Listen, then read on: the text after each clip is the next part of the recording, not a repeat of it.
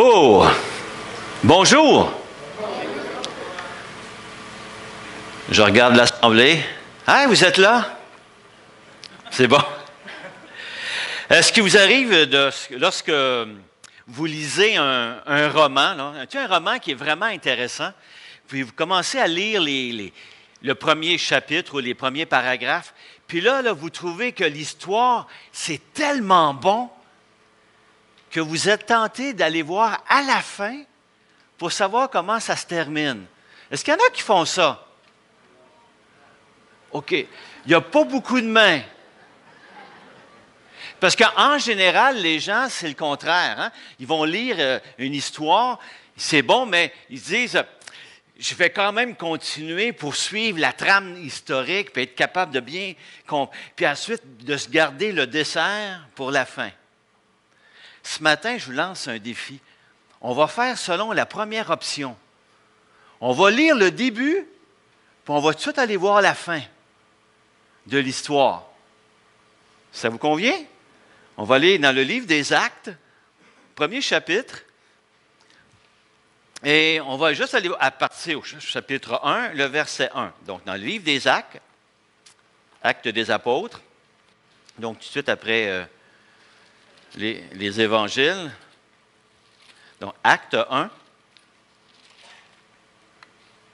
Et là, je lis les 8 premiers versets. Théophile, j'ai parlé dans mon premier livre, ça c'est l'évangile de Luc, de tout ce que Jésus a commencé de faire et d'enseigner dès le commencement jusqu'au jour où il fut enlevé au ciel après avoir donné ses ordres par le Saint-Esprit aux apôtres qu'il avait choisis. Après qu'il eut souffert, il leur apparut vivant et leur en donna plusieurs preuves, se montrant à eux pendant 40 jours et parlant des choses qui concernent le royaume de Dieu. Comme il se trouvait avec eux, il leur recommanda de ne pas s'éloigner de Jérusalem, mais d'attendre ce que le Père avait promis, ce que je vous ai annoncé, leur dit-il, car Jean a baptisé d'eau, mais vous, dans peu de jours, vous serez baptisés du Saint-Esprit. Alors, les apôtres réunis lui demandèrent, « Seigneur, est-ce en ce temps que tu rétabliras le royaume d'Israël? » Il leur répondit, « Ce n'est pas à vous de connaître le temps ou les moments que le Père a fixés de sa propre autorité. Mais vous recevrez une puissance, le Saint-Esprit survenant sur vous, et vous serez mes témoins à Jérusalem, dans toute la Judée, dans la Samarie et jusqu'aux extrémités de la terre. » Et après avoir dit cela, il fut élevé pendant qu'il les regardait et une nuée les déroba à leurs yeux. Ça, c'est le début de l'histoire. Et si on va au chapitre 28, la fin. Chapitre 28, verset 16. Juste un petit paragraphe. Le verset dit, « Lorsque nous fûmes arrivés à Rome, on permit à Paul de demeurer dans un domicile particulier avec un soldat qui le gardait. » Il me dit, il me semble que ça n'a pas d'allure, ça n'a pas rapport. Et si on regarde les 2 derniers versets du chapitre 28, les 2 derniers versets de ce livre-là, Paul demeura 2 ans entiers dans une maison qu'il avait louée et il recevait tous ceux qui venaient le voir, prêchant le royaume de Dieu et enseignant ce qui concerne le Seigneur Jésus-Christ en toute liberté et sans obstacle. Le plan de Dieu, au départ, dans l'histoire telle que racontée par Luc, dans le livre des Actes, c'est que l'Évangile, ils sont envoyés, les 12, de telle sorte que l'Évangile puisse se propager de Jérusalem à Samarie, en Judée, Samarie, et jusqu'aux extrémités de la terre. Pour Israël, ce qui était dans le territoire d'Israël, les extrémités de la terre, pour eux, c'était Rome. Est-ce que l'Évangile s'est rendu à Rome à la fin du livre des Actes? Oui. La fin de l'histoire est là. Il s'est rendu à Rome. Puis en plus, il y avait Paul, celui qui était là. Au départ, il n'était même pas dans l'histoire, lui, Paul. Puis finalement, on le retrouve à la fin. Qu'est-ce qui s'est passé? Dieu a fait en sorte que son plan s'accomplisse tel quel. L'Évangile doit aller à Rome, aux extrémités de la terre, et cet évangile s'est rendu là. Dieu avait un plan. Dieu a fait en sorte que ça arrive. Il a dirigé, il a protégé, il a fait en sorte que tout arrive selon ce qu'il voulait. Et si vous remarquez, Paul s'est rendu à Rome, mais nous, on a vu dans les 2 derniers messages que finalement, ça ne s'est pas fait sur une autoroute. Hein? Paul, il avait le désir de se rendre à Rome, mais ça ne s'est pas réglé de cette façon. Tout au long du livre des Actes, on voit que le personnage central, ce n'est pas Paul. Qui est le personnage central du livre des Actes? Celui qui fait en sorte que les choses arrivent. C'est Dieu. Et on pourrait appeler le livre des Actes le livre des Actes du Saint-Esprit. On voit que le Saint-Esprit est partout. C'est lui qui dirige. Paul veut aller dans une direction, à un moment donné, il est arrêté. À un autre endroit, il veut apporter l'Évangile, on le met dehors. À un autre endroit, on essaye de le tuer. Mais qu'est-ce qui arrive? C'est que finalement, à la fin de l'histoire, l'Évangile s'est rendu à Rome. Rome était selon le plan de Dieu. C'était ça qui était prévu, selon la promesse. Et même, Dieu avait mis ce désir-là dans le cœur de Paul. Vous êtes dans le livre des Actes actuellement. Allez un petit peu plus. On va prendre le premier épître aux Romains. Le verset 1, pas le verset 1, mais le chapitre 1 au verset 11. Dans votre Bible, c'est juste à côté. Paul dit, « Car je désire vous voir », il s'adresse aux Romains, donc « je désire vous voir pour vous communiquer quelques dons spirituels afin que vous soyez affermis. » Et au verset 16, un petit peu plus loin, excusez pas au verset 16, mais au verset 15, il dit « Ainsi, j'ai un vif désir de vous annoncer aussi l'Évangile à vous qui êtes à Rome. » Dieu avait mis dans le cœur de Paul ce désir d'aller à Rome. Et Dieu a fait en sorte que ça arrive de cette façon. Vous allez dire, mais Normand, qu'est-ce que tu es en train de vouloir nous dire? Puis si je n'utilise pas le PowerPoint ce matin, mais je vais l'utiliser tantôt, c'est que Dieu gouverne tout. Êtes-vous d'accord avec moi? Dieu, il gouverne tout. Il fait en sorte, il dirige, il fait en sorte que ça arrive. Le mot gouverne en latin a une connotation avec le mot gouvernail. Vous savez que quand on parle d'un gouvernail, on utilise ça souvent pour un bateau.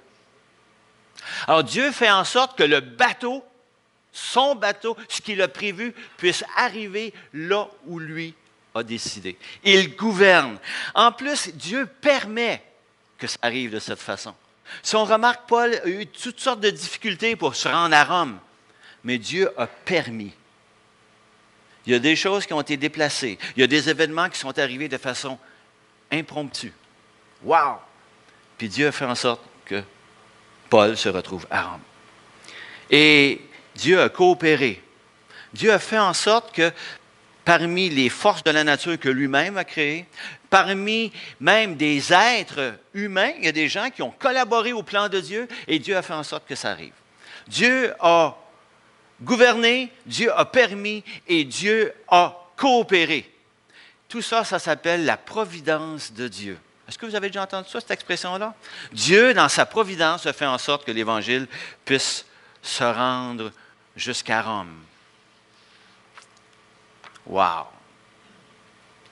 Mais là, on va se poser une petite question. Comment ça se fait que ça ne marche pas toujours selon le plan de Dieu? Comment ça se fait qu'il y a des obstacles? Comment ça se fait que finalement, il y a eu un naufrage, entre autres, pour Paul? Dieu, me semble que tu contrôles tout. Me semble que tu fais en sorte que tout arrive. Comment ça se fait qu'il y a des obstacles? Alors, ce matin, on va regarder notre dernière partie du voyage de Paul Donc, on est toujours, si vous avez votre Bible, on est rendu pas loin du chapitre 27, dans le livre des Actes. Et on va regarder ce qui arrive dans cette dernière partie. Puis on va voir que finalement, dans tout ce texte-là, Dieu est en contrôle. Et ça, c'est merveilleux. La 14e nuit, à partir du verset 27, on a vu la 14e nuit, tandis que nous étions ballottés sur l'Adriatique, les matelots, vers le milieu de la nuit, soupçonnèrent qu'on approchait de quelque terre. Ayant jeté de la sonde, ils trouvèrent 20 brasses. Un peu plus loin, ils la jetèrent de nouveau et trouvèrent 15 brasses. Dans la crainte de heurter contre des écueils, ils jetèrent 4 ancres de la poupe et attendirent le jour avec impatience.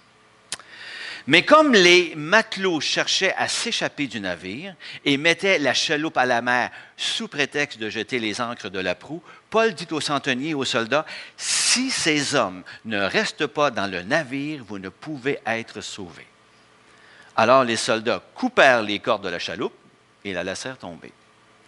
Avant que le jour paraisse, Paul exhorta tout le monde à prendre de la nourriture, disant, « C'est aujourd'hui le 14e jour que vous êtes dans la tente et que vous persistez à vous abstenir de manger. Je vous invite donc à prendre de la nourriture, car cela est nécessaire pour votre salut. Et aucun de vos cheveux ne se perdra. » Ayant ainsi parlé, il prit du pain, et après avoir rendu grâce à Dieu devant tous, il le rompit et se mit à manger. Et tous, reprenant courage, mangèrent aussi. Nous étions dans le navire 276 personnes en tout. Quand ils eurent mangé suffisamment, ils allégèrent le navire en jetant le blé à la mer. Lorsque le jour fut venu, ils ne reconnurent point la terre, mais ayant aperçu un golfe avec une plage, ils résolurent d'y pousser le navire s'ils le pouvaient. Ils délièrent les ancres pour les laisser aller dans la mer, et ils relâchèrent en même temps les attaches du gouvernail. Puis ils mirent au vent la voile d'Artimon, et se dirigèrent vers le rivage. Mais ils rencontrèrent une langue de terre, où ils firent échouer le navire, et la proue s'étant engagée restant immobile, tandis que la poupe se brisait par la violence des vagues. Les soldats furent d'avis de tuer les prisonniers, de peur que quelqu'un d'eux ne s'échappe à la nage. Mais le centenier qui voulait sauver Paul les empêcha d'exécuter ce dessein. Il ordonna à ceux qui avaient nagé de se jeter les premiers dans l'eau pour gagner la terre, et aux autres de se mettre sur des planches ou sur des débris du navire, et ainsi tous parvinrent à terre, sains et saufs. Fin de l'histoire pour cette période-ci. On remarque que tous les habitants du navire sont sains et saufs à la fin. Mais remarquez que dans le dernier épisode, ça a failli pas finir de cette façon. Avez-vous remarqué? On a voulu, entre autres, tuer les prisonniers. Imaginez le réflexe des soldats. Les prisonniers, s'ils se lancent à l'eau, ça se peut qu'on les perde. Ils sont prisonniers. Si moi, je perds un prisonnier comme soldat, c'est moi qui vais avoir des comptes à rendre et je vais être exécuté. Donc, première chose qu'on pourrait... Si il faut qu'on se lance à l'eau, on va tuer les prisonniers. Mais le centenier a dit à ses hommes, non, parce qu'il voulait protéger Paul. Qui a mis dans le cœur du centenier de faire en sorte que Paul soit protégé, que tous les prisonniers soient protégés et que le plan de Dieu s'accomplisse exactement ce qui avait été écrit et ce que Paul avait su, qui avait été rassuré, entre autres au verset 25. C'est pourquoi, ô hommes, rassurez-vous, car j'ai cette confiance en Dieu qu'il en sera comme il m'a été dit, mais nous devons nous échouer sur une île. Dieu lui avait dit que toute vie de personne sur le navire était pour être préservée. On dirait que c'est arrangé avec le gars des vues. Hein? Ils sont arrivés à la fin exactement comme c'était prévu. Parce que dans le plan de Dieu, il faut que Paul se retrouve à Rome pour apporter le témoignage de l'Évangile. Remarquez comment il a vécu son dernier voyage. On en a parlé la dernière fois. Paul a été arrêté à Jérusalem. Dans son plan, Paul, il voulait partir de Jérusalem puis s'en aller directement à Rome et ensuite aller évangéliser en Espagne. C'est ce qu'il raconte dans l'Épître aux Romains. C'était ça son plan. Il avait ça à cœur. Dieu lui avait mis à cœur. Comment ça se fait que son plan, ça a pris à peu près 3 ans avant de se réaliser? Parce qu'il s'est retrouvé à Jérusalem, c'est ce qu'il avait prévu. OK, on est rendu là. Mais là, il a été mis en prison. Il a subi des procès qui ont duré très longtemps. 2 ans en prison, emprisonné. Il a été menacé d'assassinat. Tout ça. Et fait en sorte. Puis en plus, il passe dans ce voyage-là. Il faillit mourir. Puis il va se faire mordre plus tard par un serpent. Mais malgré tout ça, il va se rendre à Rome. Pourquoi Dieu permet des obstacles dans l'accomplissement de son plan? Puis on voit que dans l'Ancien Testament, ça arrive constamment comme ça. Même dans la Bible, partout, on voit qu'il y a des obstacles constamment au plan de Dieu. Dans le Nouveau Testament, la mer est un symbole des forces du mal en opposition à Dieu. Puis si on remarque aussi dans ce cas ici, c'est que ce ne sont pas les forces de la nature, ce n'est pas le vent, l'eau ou le serpent qui a empêché Paul. Ce n'est pas la machination des hommes, leur projet, leur complot pour essayer d'éliminer Paul, mais il y a des forces du mal qui font en sorte de vouloir contrecarrer le plan de Dieu à chaque fois qu'il doit se réaliser. Remarquez ce qui est arrivé pour Pharaon dans les livres d'Exode par rapport au bébé Moïse. Qu'est-ce que Pharaon a voulu faire? Éliminer tous les jeunes d'Israël. Est-ce que le plan a réussi? Non. Parce que Moïse a été sauvé des eaux, comme on dit souvent. Remarquez Aman dans le livre d'Esther, qui a voulu faire en sorte que tous les Juifs soient exécutés, éliminés. Qu'est-ce qui est arrivé? Ils ont été, de façon providentielle, protégés au travers Esther, la reine, et le plan de Dieu, pas le plan, c'est quand même réalisé. Ils ont été préservés. Remarquez Hérode, le roi Hérode, qui a fait en sorte d'éliminer tous les bébés à Bethléem, afin d'éliminer l'enfant Jésus. Est-ce que ça s'est réalisé? Non. Parce que l'enfant Jésus a été protégé. Il y a remarqué également pour les apôtres, dans le début du livre des Actes, ils se sont retrouvés à 2 occasions au moins devant le Sanhédrin, devant la cour de justice religieuse. Et on les a empêchés de porter un témoignage pour l'Évangile. Est-ce que ça l'a réussi? Non. Mais c'était le plan de Dieu que l'Évangile se propage. Comme c'est le plan de Dieu que l'Évangile se rende jusqu'à Rome. Mais Dieu permet, dans sa providence, que ça arrive selon son plan. Paul, ce n'était pas comme ça qu'il prévoyait arriver à Rome. Remarquez que c'est la providence de Dieu qui l'a protégé. Et la providence de Dieu, c'est une chose qu'il faut tenir compte dans notre vie de croyant. Dieu a un plan et il fait en sorte que les choses arrivent selon son plan, malgré les obstacles qu'il peut y avoir en chemin. Paul, il voulait aller porter l'Évangile à Rome, mais il est arrivé à Rome comment? En tant que prisonnier. Dieu lui avait dit, il faut que tu comparaisses devant César. Est-ce qu'il a comparu devant César? L'histoire ne nous le dit pas, là. Si physiquement il a rencontré l'empereur Néron, puis qu'il a pu partager l'Évangile, on ne sait pas.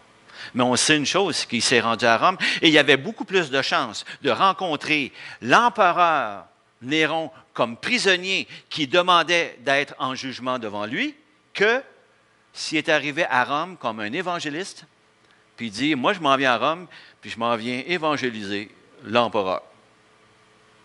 Non, il est arrivé comme prisonnier. Et ça fait en sorte qu'il a pu rencontrer éventuellement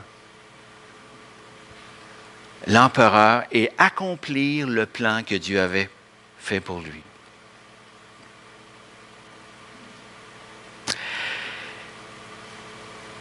Une première chose qu'il faut tenir compte, c'est que dans le plan de Dieu, on doit tenir compte d'une réalité qui s'appelle le combat spirituel. Est-ce que Paul a vécu un combat spirituel pour la cause de l'Évangile? Est-ce que Paul s'est retrouvé avec des obstacles constamment contre lui?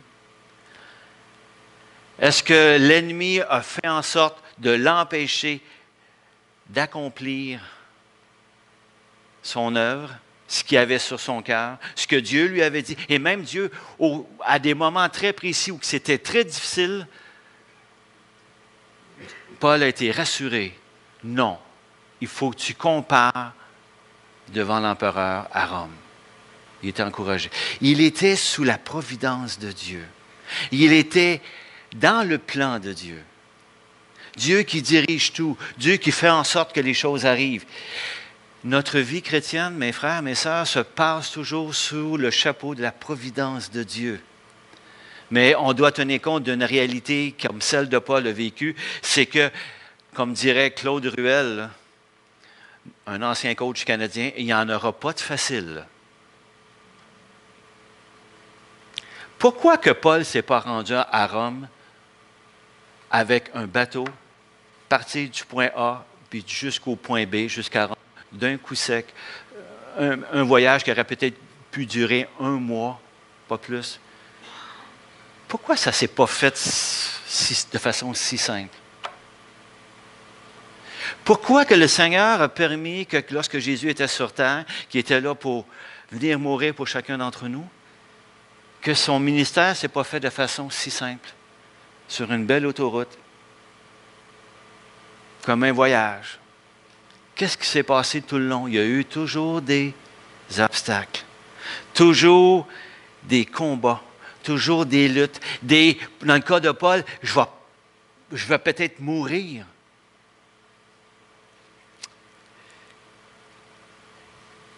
Mais Paul était conscient et confiant en Dieu. Et on le voit au travers le verset que j'ai lu tantôt, verset 25 dans le livre des Actes.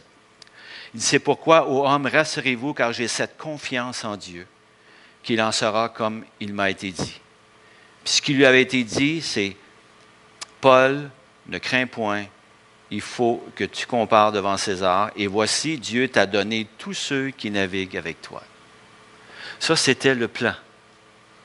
Et il avait confiance que c'était ça qui était pour arriver. Et Paul a travaillé même dans un certain sens pour que les choses arrivent. Regardons au verset 30 qu'on a lu tantôt.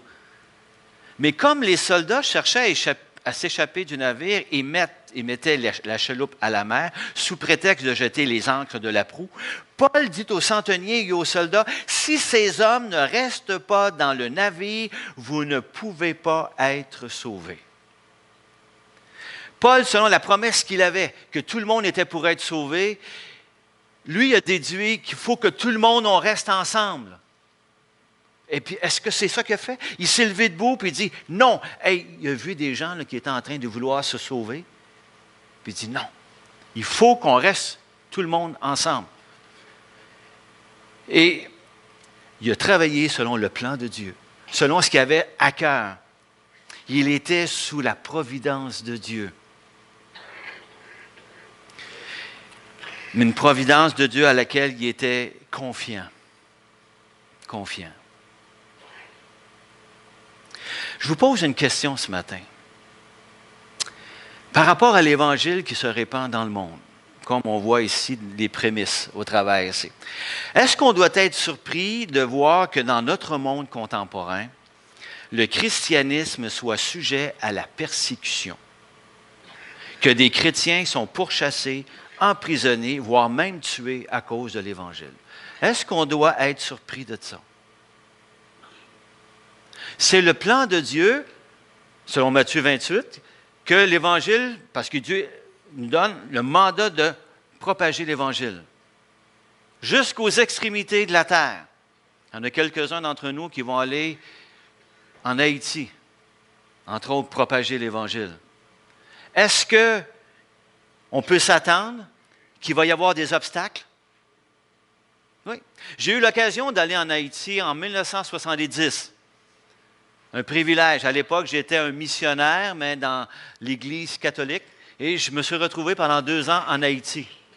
J'avais un rôle missionnaire selon la religion dans laquelle j'étais impliqué à l'époque, mais j'étais dans un pays qui était différent du mien et j'avais à apporter un message au travers de l'enseignement que je faisais. Est-ce qu'il y a eu des obstacles? Oui. D'abord, j'étais dans une culture différente. J'étais dans un monde occulte, grand. Vous connaissez le vaudou? Mais tous mes étudiants, moi, étaient superstitieux. Même ceux qui allaient à l'église. Ils croyaient au vaudou. On était dans un environnement hors de l'ordinaire, dans une pauvreté énorme. Et parce que j'étais blanc, on était... C'est la couleur de ma peau par rapport aux... Et pour eux, ils avaient cette mentalité que les Blancs, c'est des gens qui ont plus d'argent. Alors, très souvent, je me suis fait extorquer. J'ai payé plus cher que je devais payer. J'ai été traité avec injustice parce qu'on savait, bien, les Blancs ont de l'argent. Ils payent plus, tu sais, ils augmentent les prix. Hein? Mais ce n'est pas parce que je leur en veux, mais c'était comme ça. Il y avait de l'opposition. Mais c'était le plan de Dieu, finalement, dans un certain sens, que je regarde ça dans ma vie, que je sois là. Puis je l'ai vécu. Mais imaginez dans le monde maintenant, les gens qui vont porter l'Évangile, est-ce qu'il va y avoir des persécutions contre eux? Oui. Ça fait partie de la première réalité qu'on voit dans la providence de Dieu. Il y a de l'opposition. Mais Dieu est avec Paul. Dieu est avec les croyants. Alors, même s'il y a de l'opposition, le score final, c'est que l'Évangile va se rendre jusqu'au bout du monde. Est-ce qu'il va y avoir dans la bataille des gens qui vont perdre des plumes, des gens qui vont être éliminés, des gens qui vont être persécutés? Oui. Oui. Il va y avoir des persécutions. Alors ça fait partie du plan de Dieu. Qu'on pense à Murray Héron, Lorne Héron. Est-ce qu'il y en a qui les connaissent? Quelques-uns? Qui ont porté l'Évangile en Abitibi dans les années 50 et qui ont été mis en prison. C'est le plan de Dieu que l'Évangile se rendait en Abitibi. Et ils ont été persécutés. Ils ont été emprisonnés, eux et quelques-uns d'entre eux.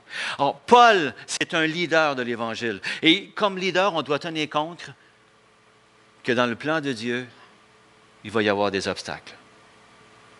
Il va y avoir des contraintes. Il va y avoir des persécutions.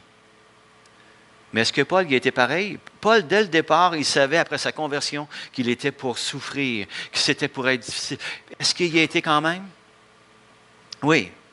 Je donne juste un exemple avec des soldats. Les soldats, il y en a qui s'enrôlent pour aller se battre. Est-ce qu'ils savent dès le départ que c'est risqué ce qu'ils vont faire? Exactement. Ils savent qu'ils peuvent revenir blessés. Ils peuvent revenir dans un cercueil. Ils savent qu'ils peuvent revenir peut-être avec un stress post-traumatique, là, qu'on appelle. Là. Ils peuvent revenir maganés. Mais aussi, ils savent qu'ils peuvent revenir vivants, mais ils vont quand même, dès le départ. Alors, un leader comme Paul est conscient qu'il fonctionne sous la providence de Dieu et qu'il va y avoir un combat spirituel. Et ce combat-là est féroce. De nos jours, le combat spirituel est plus subtil. En Occident, là, le combat spirituel, il est sous la forme suivante. Si tu dis qu'il y a un seul chemin pour aller au ciel, si tu dis qu'il y a une seule vérité, si tu dis qu'il y a un seul Dieu en 3 personnes, si tu dis que les Écritures sont vraies, que ce que la Bible dit, c'est la vérité, qu'il y a une seule foi, que c'est par grâce seulement qu'on va au ciel, Si vous dites ça aujourd'hui, ça veut dire qu'on parle d'absolu. Vous avez remarqué que ça ne passe pas? Il y a de l'opposition. Que les gens ne reçoivent pas ça. Puis on est en Occident. Là. Ils nous font pas mal, hein? Mais ils ne reçoivent pas le message de l'Évangile. Il y a de l'opposition. Le relativisme, c'est ce qui est la philosophie la plus dominante actuellement dans le monde occidental. Tout est relatif, tout est bon. Alors eux, ils vont dire, non, non, toutes les religions sont bonnes. Il y a plusieurs chemins pour aller au ciel. Mais quand on va parler d'absolu, moi je m'attends que dans les prochaines années, plus on va parler d'absolu au niveau de la parole de Dieu, au niveau de l'Évangile, on va être persécuté. Mais est-ce que l'Évangile va se rendre? Oui. Mais il va y avoir un combat. Un leader qui marche avec Dieu s'attend à ce qu'il va y avoir un combat. C'est une dimension. Et l'autre chose, l'autre partie, rapidement, c'est la souffrance. Paul a vécu cette deuxième réalité-là dans sa vie. Il s'en allait à Rome, mais est-ce que ça a été facile? Regardez même le voyage. Ils ont passé 14 jours sans manger. Paul, dans la deuxième épître aux Corinthiens, on voit toutes les souffrances auxquelles il a traversé. Il parle qu'il y a eu froid. Il a fallu qu'il y ait des jeûnes multipliés, des longues veilles, qui étaient en péril sur la mer, en péril dans différentes... Péril, ça veut dire qu'il y avait la possibilité qu'il puisse mourir. Ça n'a pas été une autoroute, là, pour apporter l'Évangile pour lui. Non, ça a été difficile. C'est une deuxième réalité. Il y a de la souffrance dans notre monde. Et on est sous la providence de Dieu, oui, mais pour aller porter l'Évangile et vivre notre vie de croyant, on a deux réalités à tenir compte. Il y a un combat spirituel dans lequel on est impliqué. Et le deuxième, il y a de la souffrance au rendez-vous. Vous allez dire, ouais, ben normalement, c'est négatif, ça. Là. Mais ce qui est positif, c'est qu'on connaît le score final. Hein. Ça va finir comment, là? L'Évangile va se rendre jusqu'aux extrémités de la terre. Il faut possible que peut-être quelques-uns, peut-être même tous parmi nous, on ne verrait pas ça encore. Le Seigneur va venir nous chercher entre-temps. Mais on va avoir fait notre bout de chemin. On va avoir fait notre bout de chemin pour pouvoir faire la promotion de l'Évangile. Si vous remarquez aujourd'hui, il y a des gens encore qui se marient. Hein? Vous savez ça, qu'il y a des gens encore qui se marient aujourd'hui? Pour le meilleur et pour le pire. Hein? Notre petit couple ce matin, là, qui sont là devant nous, ils se sont mariés il y a quelques semaines. Pour le meilleur et pour le pire. Hein? C'est beau. Hein? Mais si on remarque, ils ont dit oui, malgré qu'ils savent, parce que dans les cours de préparation mariage, on leur a dit, hein, ça ne sera pas rose. Ça se peut que vous ayez des chicanes. Ça se peut qu'il va peut-être y avoir la maladie dans votre couple, à un moment donné. Il y en a peut-être un qui va peut-être se retrouver avec un handicap après un accident. Ça se peut, ça. Est-ce qu'on continue de l'aimer? Est-ce qu'on continue notre mariage malgré qu'il va y avoir des combats, puis malgré qu'il va y avoir de la souffrance? Les gens disent, oui, je le veux. Les soldats, quand ils s'en vont en guerre, ils savent tout ce qui arrive. Combat, souffrance, puis ils disent, oui, je le veux. Puis ils vont. Il y a des étudiants qui entreprennent leurs études, puis ils savent que ça va être difficile. Puis qu'est-ce qu'ils disent au début? Oui, je le veux. Jésus, à un moment donné, devant la croix, au jardin de Gethsémani, dans des moments de profonde détresse, c'était intense. Il a dit en quelque sorte à son Père, oui, je le veux. Que ta volonté se fasse et non pas la mienne. Qu'est-ce qu'il est en train de dire? Oui, je le veux. Alors, c'est un encouragement pour nous tous. Après le livre des Actes, il finit au chapitre 28. le chapitre 29 et le chapitre 30. Et le chapitre 31, c'est l'Église qui est en train de l'écrire. Êtes-vous d'accord avec ça? Parce que l'Évangile doit se rendre aux extrémités de la terre. Mais on a deux réalités qui sont devant nous, qu'il faut tenir compte. Il va y avoir un combat, puis ça va être souffrant. Mais on va faire comme les soldats. Est-ce qu'on va dire, oui, je le veux, puis je vais vivre acte 29, acte 30, puis acte 31. Peu importe ce qui va arriver. On est engagé dans une cause extraordinaire, la cause de l'Évangile. Mais qu'est-ce qui nous permet d'y aller? Paul nous l'a dit, il y avait cette confiance en Dieu que son plan était... Oups, j'ai-tu perdu un peu de son, là? Il avait confiance que son plan était pour s'accomplir. Puis il a été. Est-ce que nous sommes ces leaders qui allons nous lever debout pour vivre acte 29, acte 30, acte 31, et qu'on va se rendre ensemble en Église à vivre ce beau plan merveilleux de celui que l'Évangile doit se rendre jusqu'aux extrémités de la terre. Mais ce qui est rassurant, c'est que nous sommes sous la providence de Dieu. C'est son plan et ça va arriver. En chemin, ça va jouer dur et comme je disais tantôt, il n'y en aura pas de facile. Puis je vous le dis avec le sourire, parce que ça va être extraordinaire ce qu'on va vivre. Malgré, comme lorsqu'on veut, on entreprend le mariage, on anticipe ça avec joie. Ah, ça va être bon. Mais c'est vrai que c'est bon. C'est vrai que c'est bon le mariage. Hein? C'est vrai que c'est bon. C'est bon. C'est merveilleux. Mais il y a des obstacles. Il y a la souffrance. On regarde les yeux sur le score final. Que le Seigneur bénisse sa parole et nous fortifie dans ce beau plan dans lequel on est impliqué, des leaders qui se lèvent debout pour vivre acte 29. Amen. Amen. Est-ce qu'on